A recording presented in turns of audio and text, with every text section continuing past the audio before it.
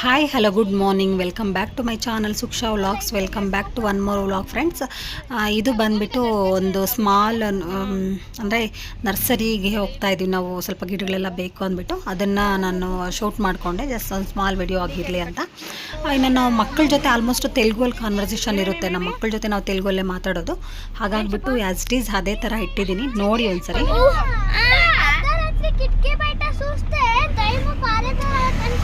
ನನ್ನ ಸಾಂಗ್ పెట్టరా నువ్వు ఏమా అయిపోయాడా కన్నైలోపు చూస్తే దేంది ఇట్లా చిత్తిని ఇట్లా అవునా ఇప్పుడు కిటికీల మధ్య కరడే అంటారు. అడ్డు వచ్చేసే నాని గుడ్డ ఏడు రాయననా ಇಳಿಬೇಕಾ? ನಿಮ್ಮ ಫೋನ್ ಶಮಂತ್ ಹತ್ರ ಐತೆ.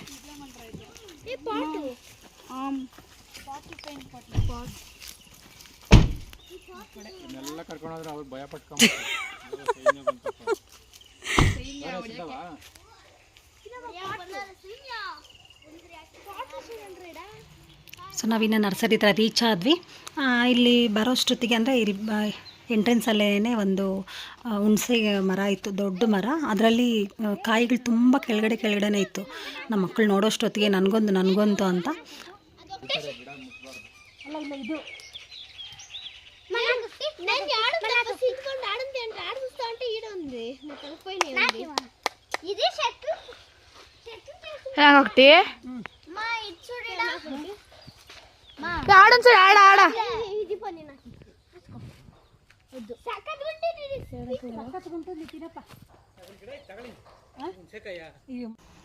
ಇನ್ನು ಹುಣಸೆಕಾಯಿ ಅಂದರೆ ಯಾರಿಗಿಷ್ಟ ಇಷ್ಟ ಇರಲ್ಲ. ನಮ್ಮ ಮಕ್ಕಳಂತೂ ನನಗೆ ದೊಡ್ಡದು ಅಂತ 5 ಜನನೂ ಕರ್ಕೊಂಡು ಬಂದಿದ್ವಿ.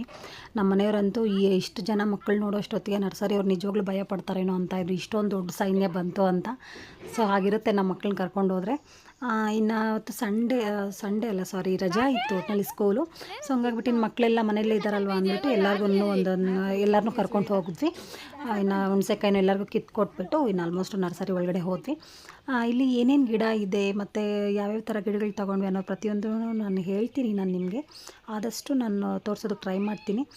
ಬಟ್ ಗಿಡಗಳು ಮಾತ್ರ ತುಂಬ ಚೆನ್ನಾಗಿ ಫ್ರೆಶ್ ಆಗಿ, ಆಲ್ಮೋಸ್ಟ್ ಒಂದು ಸ್ವಲ್ಪ ಗಿಡಗಳು ಫ್ರೆಶ್ ಆಗಿದ್ವು, ಇನ್ನೊಂದು ಸ್ವಲ್ಪ ಗಿಡಗಳು ಸ್ವಲ್ಪ ಮೇಂಟೆನೆನ್ಸ್ ಕಮ್ಮಿ ಏನೋ ಅಂತ ಅನ್ನಿಸ್ತು.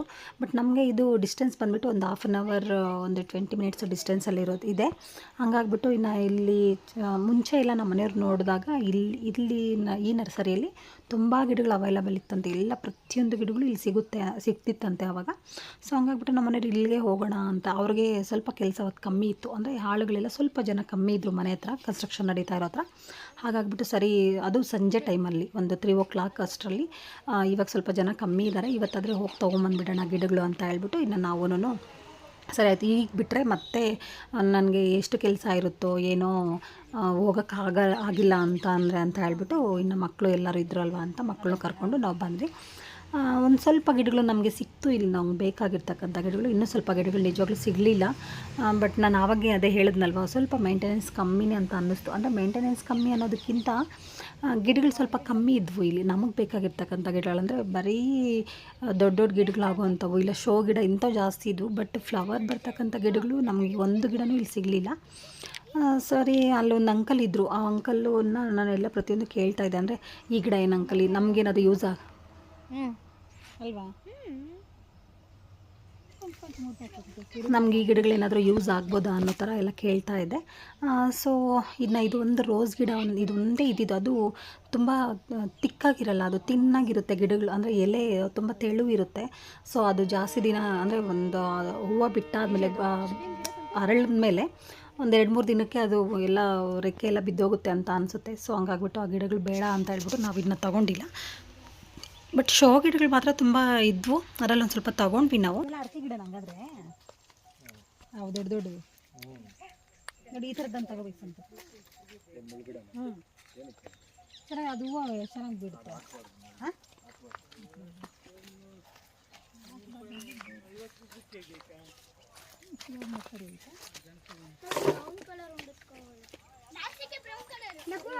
ಇದೇನು ಗಿಡಕ್ಕಂತ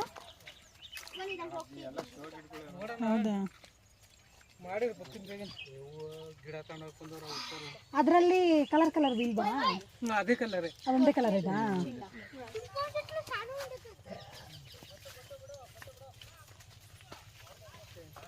ರೋಸ್ ಗಿಡ ಅದೊಂದೇ ಅಂತಿರೋದು? ಹಾಂ ಅಲ್ಲ, ಅಲ್ಲಿತ್ತಲ್ವ ಒಂದೇಲೆ ಇದು, ಒಂದು ರೆಕ್ಕೆದು ಅದು ದಾಸವಾಳನೂ ಇಲ್ಲ, ಅದು ಒಂದೇ ಒಂದು ಕಲರ್ ಐತೆ, ಅದೊಂದೇ ಕಲರ್ ಅಂತಿರೋದು. ಎರಡು ಎರಡು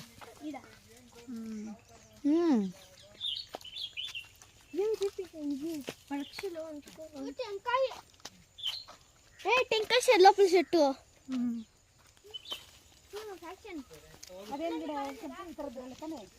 ಹಚ್ಕೊಳ್ತಾ ఉండలేదా? ಸರಿನಾ? ಅದು ಸರಿನಾ?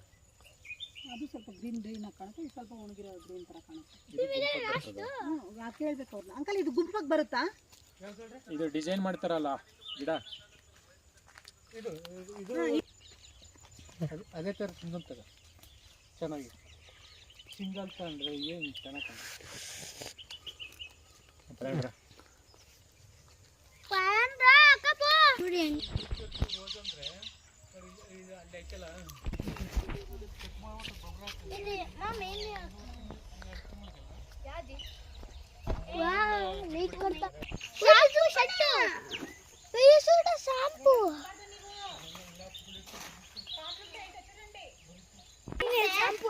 గట్టిగా పెట్టిట్లా అంటే దాని లోపల ఇంకా షాంపూ ದೊಡ್ಡ ಬೇಕಾದ್ರೆ ಅಲ್ಲವೇ ಇಲ್ಲ ಒಣಗಲ್ಲ ಅಲ್ವಾ ಅಂಕಲ್? ಇದು ಇಲ್ಲ ಒಣಗಲ್ಲ, ಅದೇ ನಂದೇ ಆಯ್ತಲ್ಲ.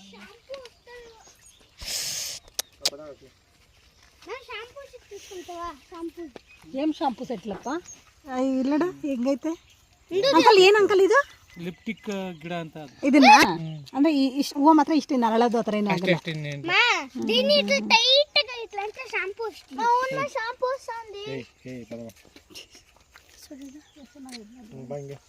ಲಿಪ್ಸ್ಟಿಕ್ ಗಿಡ.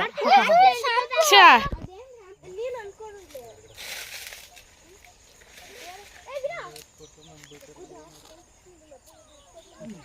ಸೆಟ್ ಅಂದ್ರೆ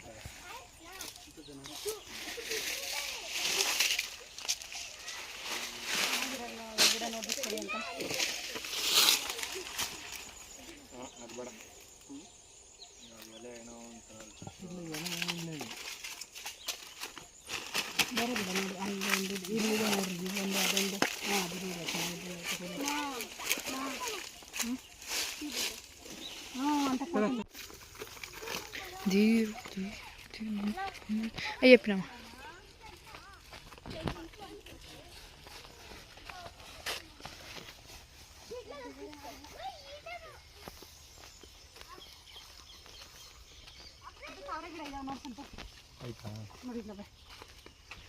ಸಣ್ಣ ಇದೆ ಬರ ಸಣ್ಣ ಎಲೆವಾ ದಪ್ಪ ಎಲೆವಾ ಅವೇನೋ ಕೇಳ್ರಿ.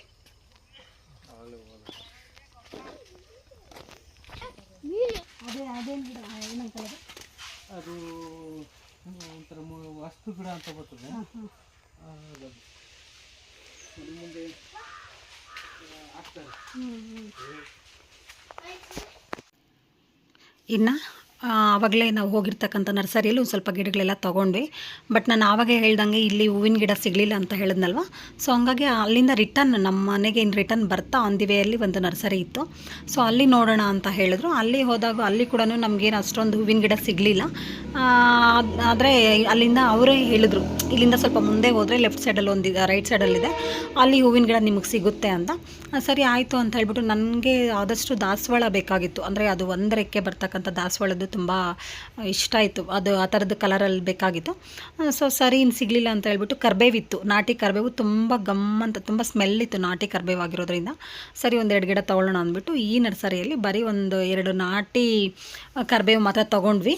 ಇನ್ನು ನಾವೀಗ ತೊಗೊಂಡಿರ್ತಕ್ಕಂಥ ಗಿಡ ಬರೀ 6 ತಿಂಗಳು, ತುಂಬ ಅಂದರೆ ತುಂಬ ಚಿಕ್ಕ ಗಿಡ ಆಗಿತ್ತು. ಆದರೂ ಅದು ಎಷ್ಟು ಅಂಕಲ್ ಇದು ಎಷ್ಟು ದಿನ ಆಗಿದೆ ಗಿಡ ಹಾಕಿ ಅಂತಂದರೆ, ಅಂಕಲ್ ಬರೀ ನಾವು ಆ ಗಿಡನ ಹಾಕ್ಬಿಟ್ಟು ಆವಾಗಲೇ 6 ತಿಂಗಳಾಗಿದೆ, 6 ತಿಂಗಳ ಗಿಡ ಅದು ಅಂತ ಅಂದರು. ಅಂದರೆ ಇಷ್ಟು ಚಿಕ್ಕ ಗಿಡ 6 ತಿಂಗಳು ಅಂತಂದರೆ ಅದು ದೊಡ್ಡದಾಗಬೇಕಂದ್ರೆ ಎಷ್ಟಾಗುತ್ತೋ ಅನ್ನೋ ಹಾಗೆ.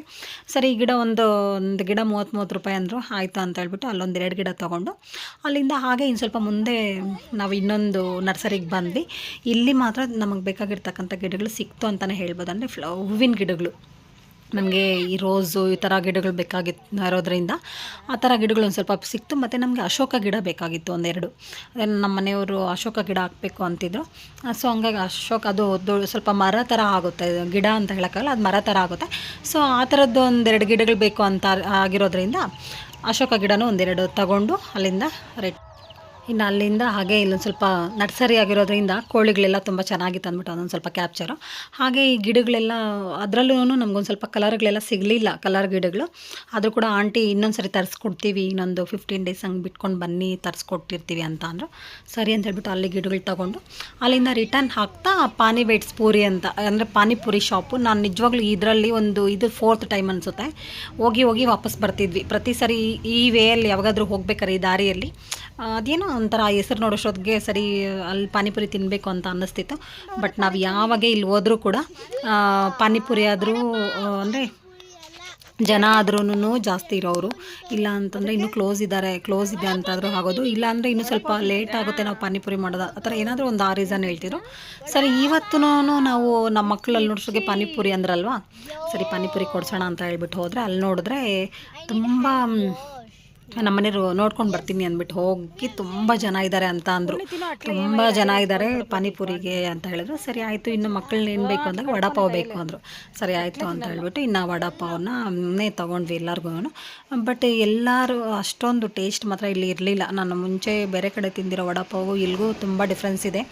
ಇಲ್ಲಿ ಐ ಥಿಂಕ್ ಬೆಣ್ಣೆ ಹಾಕಿಲ್ಲ ಅಂತ ಅನಿಸುತ್ತೆ. ತುಂಬ ಅದು ಹಾರ್ಡಾಗಿತ್ತು ವಡಾಪಾವು, ತುಂಬ ಸ್ಮೂತ್ ಇರಲಿಲ್ಲ.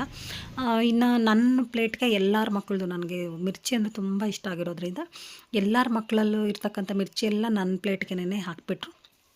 ಸರಿ ಆಯಿತು ಅಂತ ಹೇಳ್ಬಿಟ್ಟು ಇನ್ನು ನನಗಾದ್ರೂ ಅದು ಯಾಕೋ ಅಷ್ಟೊಂದು ಇಷ್ಟ ಆಗಲಿಲ್ಲ. ಒಂದು ಸ್ವಲ್ಪ ತಿಂದ್ಬಿಟ್ಟು ಇನ್ನು ರಿಟರ್ನ್ ನಮ್ಮ ಮನೆಯವ್ರಿಗೆ ಮಕ್ಕಳೆಲ್ಲ ತಿಂದ್ಕೊಂಡ್ರು.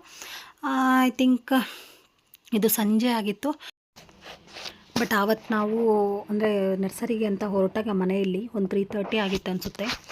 ಆದರೆ ನಾವು ಅಲ್ಲಿಂದ 3 ನರ್ಸರಿಗೆ ನಾವು ಹೋಗಿದ್ದಾಗಿತ್ತು. ಸೊ 3 ನರ್ಸರಿಯೆಲ್ಲ ನೋಡ್ಕೊಂಡು ನಾವು ಇನ್ನು ಮನೆಗೆ ರಿಟರ್ನ್ ಆಗೋಷ್ಟೊತ್ತಿಗೆ 7 o'clock ಆಗಿತ್ತು.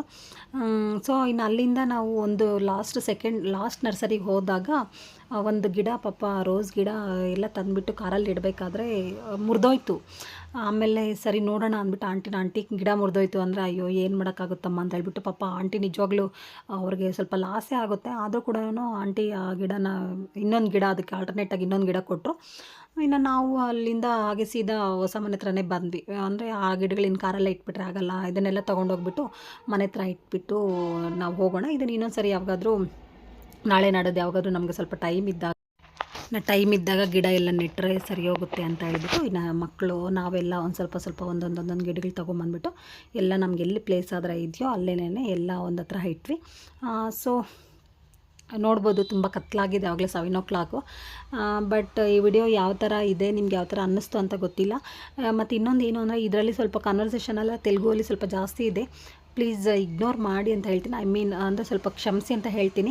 ಯಾಕೆಂದರೆ ನನ್ನ ಮಕ್ಕಳ ಜೊತೆ ನಮ್ಮ ಮನೆಯಲ್ಲಿ ಮಕ್ಕಳ ಜೊತೆ ತೆಲುಗುನೇ ತುಂಬ ಕಾನ್ವರ್ಸೇಷನ್ ಇರುತ್ತೆ. ಮಕ್ಕಳ ಜೊತೆ ಇಲ್ಲ, ನಮ್ಮ ಮನೆಯವ್ರ ಜೊತೆ ಮಾತ್ರ ಕನ್ನಡದಲ್ಲಿ ಕಾನ್ವರ್ಸೇಷನ್ ಇರುತ್ತೆ. ಸೊ ಇನ್ನು ನಾವು ತೆಲುಗುವಲ್ಲೇನೇ ಅದು ಕನ್ನಡದಲ್ಲಿ ಮಾತಾಡೋಣ ಅಂದರೂ ಕೂಡ ಬರಲ್ಲ, ಏನೋ ಒಂಥರ ಆ್ಯಕ್ಟ್ ಮಾಡ್ದಂಗೆ ಆ ಥರ ಅನಿಸುತ್ತೆ ನನಗೆ. ಸೊ ಹಂಗಾಗ್ಬಿಟ್ಟು ನಾವು ಡೈಲಿ ಮಕ್ಕಳ ಜೊತೆ ಯಾವ ಥರ ಇರ್ತೀವೋ ಡೈಲಿ ಅದೇ ಥರನೇ ನಾವು ಅವ್ರ ಜೊತೆ ಕಾನ್ವರ್ಸೇಷನ್ ಮಾಡಿದ್ದೀನಿ. ಮೇ ಬಿ ನಿಮ್ಗೆ ಅರ್ಥ ಆಗಿಲ್ಲ ಅಂತಂದರೆ ಕಾಮೆಂಟ್ ಮಾಡಿ, ನಾನು ಅದನ್ನು ತಿಳಿಸೋದಕ್ಕೆ ಪ್ರಯತ್ನ ಪಡ್ತೀನಿ. ಇಲ್ಲ ಅಂತಂದರೆ ಇನ್ನೊಂದು ಸರಿ ರೀಅಪ್ಲೋಡ್ ಮಾಡೋದಕ್ಕೂ ಪ್ರಯತ್ನ ಪಡ್ತೀನಿ ಅಂತ ಹೇಳ್ತೀನಿ. ಐ ಥಿಂಕ್ ಈ ವಿಡಿಯೋ ನಿಮ್ಗೆ ಇಷ್ಟ ಆಗಿದೆ ಅಂದ್ಕೊಳ್ತೀನಿ. ಇಷ್ಟ ಆದರೆ ಪ್ಲೀಸ್ ಒಂದು ಲೈಕ್ ಮಾಡಿ, ಹಾಗೆ ನಿಮ್ಮ ಫ್ಯಾಮಿಲಿ ಫ್ರೆಂಡ್ಸ್ಗೆ ಶೇರ್ ಮಾಡಿ ಅಂತ ಹೇಳ್ತಾ thank you for watching. See you in the next